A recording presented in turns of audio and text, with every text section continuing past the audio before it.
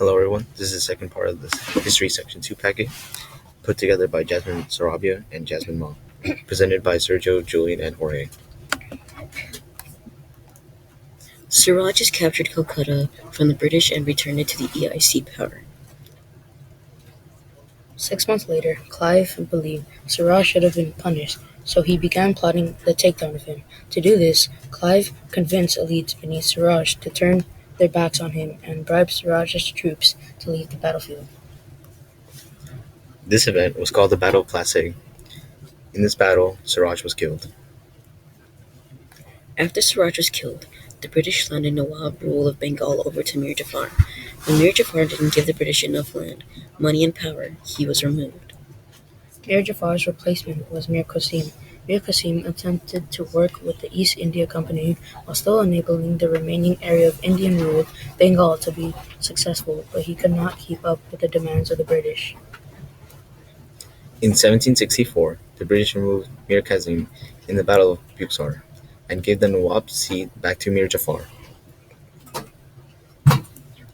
In 1765, the East India Company and the Mughal Empire signed the Treaty of Allahabad. In this deal, the Mughals handed over Bengal, Gujarat, Orissa over to the East India Company, giving them the right to collect revenue and govern the region. Despite the obvious changes to the Indian government, the East India continued to use Mughal and Indian symbols as well as mint coins in Persian. At the time, a common person living in India would not have been able to tell the difference between the EIC, Mughal, or Nawab governing.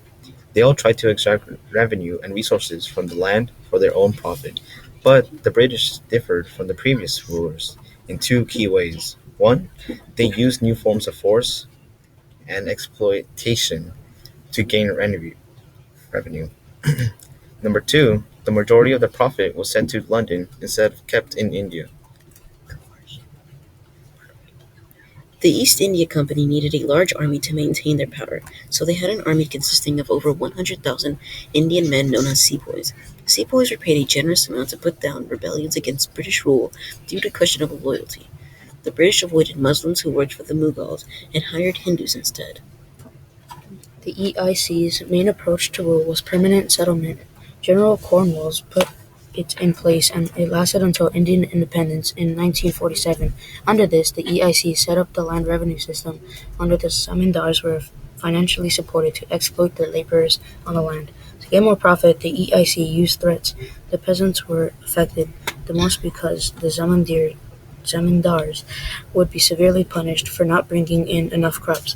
The demands were unreasonable, so the zamindars had to punish and oppress the peasants to avoid their own punishment.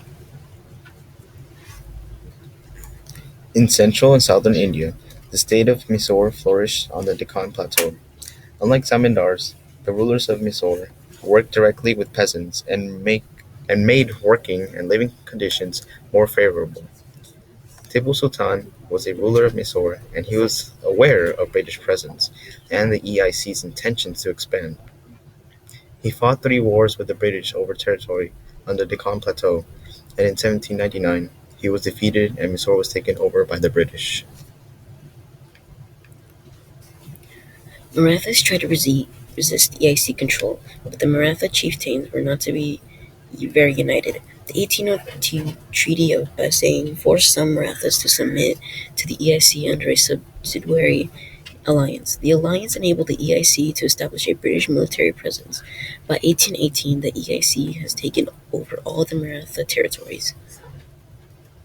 The EIC attempted to expand in both the northwest, fighting a war with Afghanistan, and the northeast, conquering Singapore and Myanmar. But the British were unable to assert authority over the Punjab region, where the locals fiercely fought back. When the great ruler Ranjit Singh died, the British saw the chance and pitted rival chieftains against each other.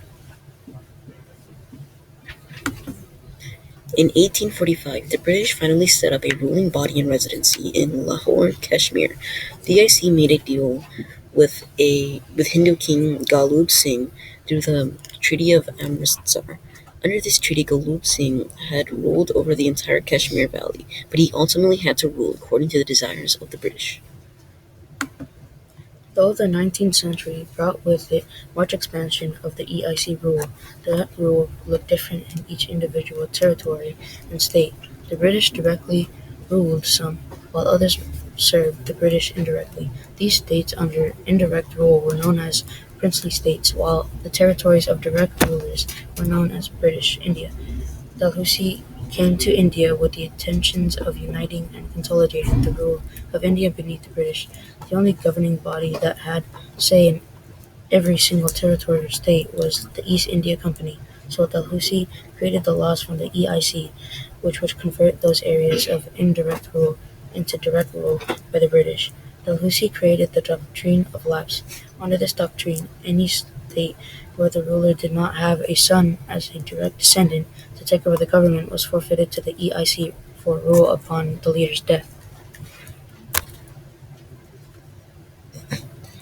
Many of the crops that the British demanded did not have much benefit in the lives of peasants. The 19th century brought the Industrial Revolution to Europe, and textiles were now being manufactured in massive quantities by machines and assembly line in Europe. As textiles became less popular for EIC trade, raw materials such as sugar, timber, grain, and rice were in high demand. In building railways that reached up and down across the Indian subcontinent, the EIC was able to gain more profits from domestic trade as well as move raw materials from one city to another city for manufacturing or shipment. The railways were also pivotal in the British ability to rule efficiently and exert power over any group that defied them. In another effort to assert British power over multiple states, Dalhousie commissioned the building of a canal from the Ganges River. The canal expanded the agricultural territory of India by bringing the water to lands with otherwise fertile soil. The Telegraph and Postal Service asserted British authority over Indian communication because it required that people rely on the British government in order for their messages to be delivered. The British often relied on elites in order to assert their rule over locals and peasants and learn Indian social customs. In Calcutta, the hub of EIC presence in Bengal, Indian elites and the British worked together to found the Hindu College in 1817. Henry de Roisseau began an organization known as Young Bengal. From the Young Bengal movement grew the Bengali Renaissance, a time of cultural and political growth for Bengali elites. Ramohan Roy led the movement. His knowledge of global developments and politics enabled him to start the organization known as Brahmo Samaj. The Brahmo Samaj was made up of Bengali elites who came together to discuss the social and political trajectory of India 47. The peasants refused to pay fees to the landowners for Hindu religious services and activities. The most crucial turning point of British colonial rule came in 1857.